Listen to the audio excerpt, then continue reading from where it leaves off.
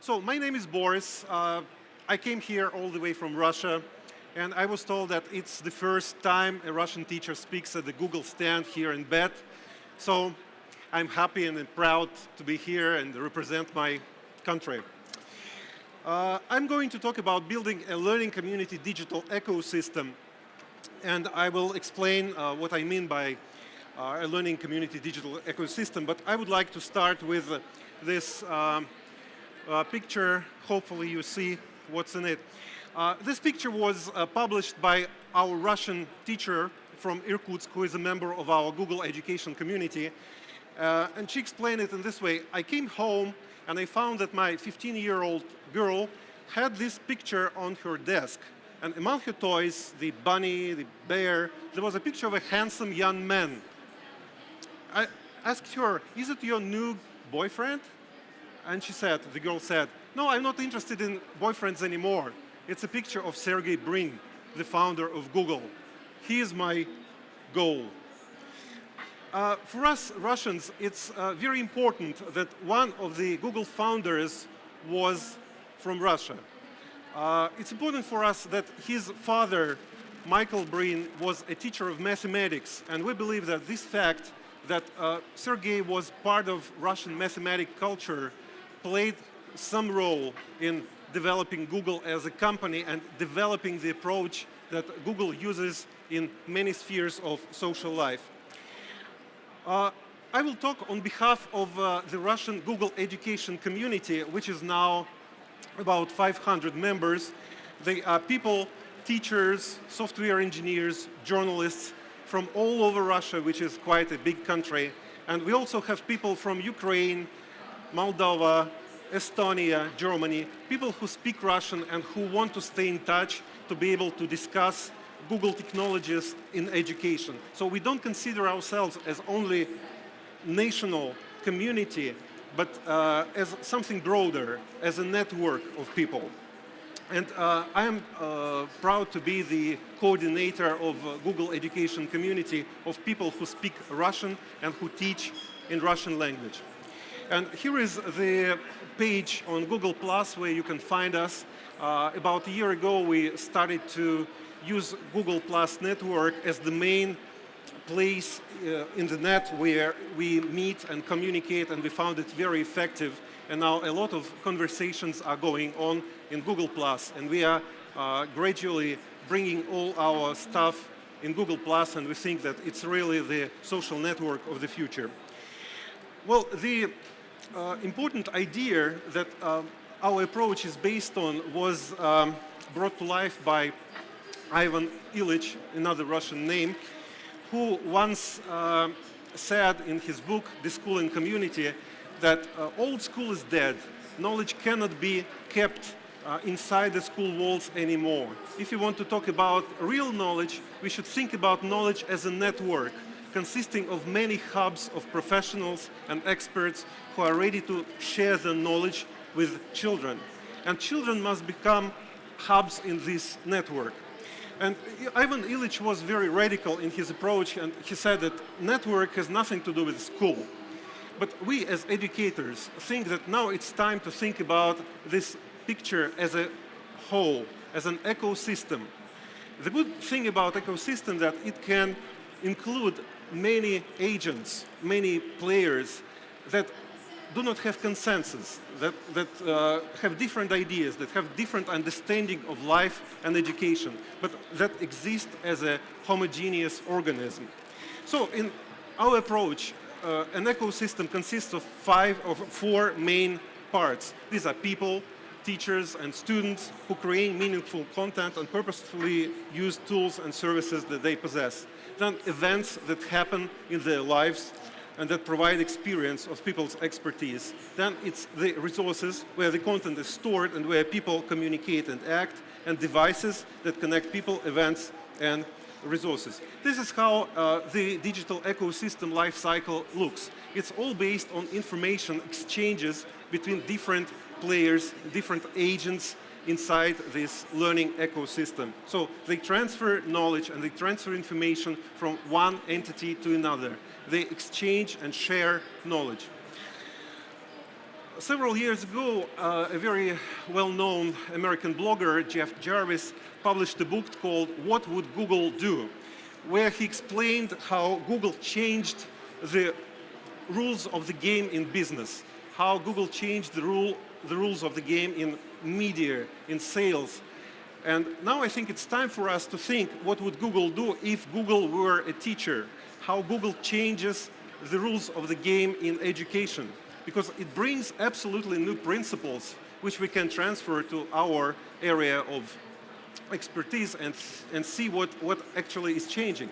First, Google teaches us to make mistakes well, which is very different from what we see in schools. For example, in Russia, all the grading system is based on how many mistakes a student makes. The more mistakes he makes, the worse is his grade.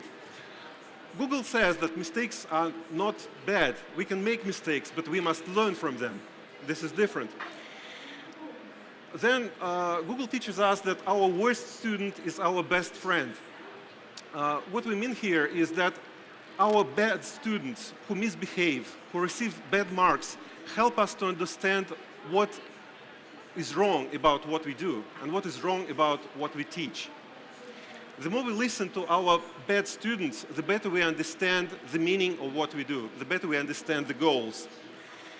Learn distributed. The knowledge cannot be concentrated in classroom anymore. We must be able to bring in knowledge from other areas of social life. We must be able to bring experts from the community. We must be able to bring journalists and scientists and politicians. We should be able to teach our students how to think different, how not to just reproduce the content of our textbooks, but how to bring in the new ideas that they have and that we teachers do not have. And the last principle is knowledge is better. There is no such thing as knowledge written once and for life. Knowledge is constantly changing. Knowledge exists only when we share it. As soon as we stop sharing knowledge, it dies. That's what we can learn from the ways and the approaches that Google uses. I will show you a short timeline of how our Russian Google education community developed through time. It all began in 2001 when we found that there is a new search engine, new search machine called Google. And it was a funny new word, and I've seen many people writing down this funny word in their notebooks because nobody knew what it meant. In 2005, many Russian teachers started to use Gmail and found that it's much more appropriate and consistent with their goals than other mailing systems that they used. And we first created our mailing lists of people who started to exchange information using the Gmail service. Then such important and effective tools as YouTube and Picasso came, and people found that Picasso is extremely helpful in what they do regardless of what subject they teach. Teachers of geography and literature and mathematics started to create their own videos of their material, upload them on YouTube and share it with their students. Google Docs turned to be very effective for teachers who worked in arts and in languages. Things like Google Sites, Google Calendar, Blogger, Android also became tools for many, many educators in Russia. And the central product that Google offered is definitely Google Apps for Education, because it integrates all the other services. We like Google Apps for Education, and we, in Russian schools, colleges, and universities, use it because it is collaborative. It helps our students and teachers to cooperate, create content together. Because it's open, it allows to use software and other products by other vendors, and we can even create our own software and use it in our Google Apps domains. Then it's free for education, which is very important. It is friendly. Teachers use it quite easily, and they teach and they learn how to use Google Apps, and this environment is safe. We may be absolutely sure that the content that our student has in Google Apps is not seen and used by anybody who is going to use it in an appropriate way. I will talk about several projects that was done by the members of our Russian Google education community and just talk about the principles that are behind those projects. We all love Salman Khan Academy, and there is a project aimed at translating the content of Salman Khan's YouTubes into other languages. But what we found that we don't need to translate Salman Khan's movies. We need to become Salman Khan. We need to be able to express ourselves in this format, share our knowledge in this way, so our students could watch these videos online and create their own YouTubes based on what they see and learn. We grade with tests, but we teach with portfolios. Russia is a country which is very strictly connected with testing. But of course, we understand that we can not build the whole educational system on testing alone. We need to move further.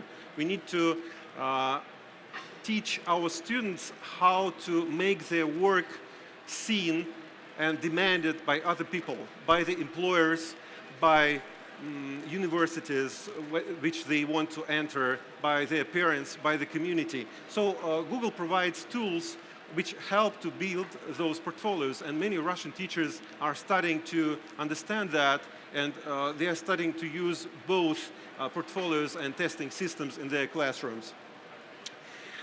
Electronic textbooks. To learn from a textbook, you should write it.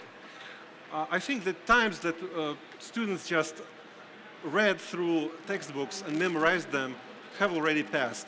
It's time when a textbook becomes a shared place where students and teachers cooperate. And student is not only the consumer of a textbook, he's also the creator of a textbook. So he's the person who brings his own content and his own knowledge to create an environment where knowledge is shared. And here is an example that one of our teachers produced in the classroom to teach rhetorics in the 7th grade. And this is a textbook created by students and teachers in cooperation. We found that Google Earth product is very effective in many ways. Of course, you know about the experience of American teacher Jerome Berg, who started a very successful internet project called Google Literature Trips. And we, about 5 years ago, also began to use this approach because we are a country of very rich literature. And the idea of this approach is that our children go outside school. They follow the roots of heroes of novels, of War and Peace, the Idiot, Dostoevsky and Tolstoy. But as they walk along the streets following the routes of the heroes of the novel, they trace the routes. They create the paths which were used in this novel. And then they upload everything on Google Earth, and it becomes a visualized environment where we can see how Pierre Bezukhov, for example, walked in the Borodino field during the time of the War of 1812. When mobile devices came to our educational system, we also began to think how to use them creatively. And we have, for example, a project based on the Android App Inventor language, which is a very simple to operate language because we can just move blocks like puzzles and create software programs. So it's a software language for mobile devices which doesn't need coding, which can be used in a very simple visualized way. And one of our teachers created this program which helps to measure the distance around a park. And it was also a very successful network project. And recently we had Doodle for Google competition, and that's how we helped to make Google.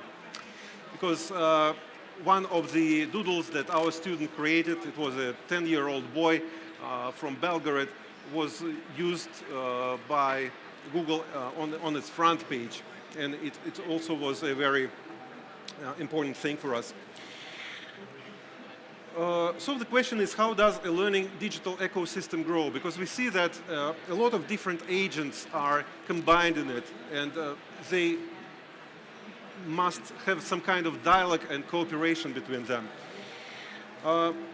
If we take our Russian Google education community, it all started about 5 years ago when we had a conference where we could see that a lot of people in Russian schools are interested in using Google technologies. It was 5 years ago. We started a very successful blog which attracted lots and lots of readers, and the statistics grew. Then in April 2011, we officially created the Russian educational community, and here you just see some resources and people that participated in creating these resources. That's how the ecosystem began to grow. And we added such things as a collection of bookmarks, calendar, Google Apps training group, and many other things. Then in November last year, 3 months ago, we had the first Google Teacher Academy in Moscow, which was a very important and wonderfully organized event in the Moscow Google office, where we certified 56 our teachers who became the ambassadors of a Google approach in education. And now we completely migrated to Google+, and it's our main platform for communication and cooperation.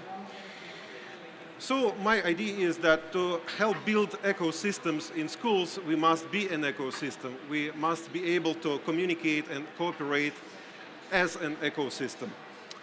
So this is what I wanted to tell you. If you have any questions, you may ask me, or you may type in your questions in the Google search box and find them there.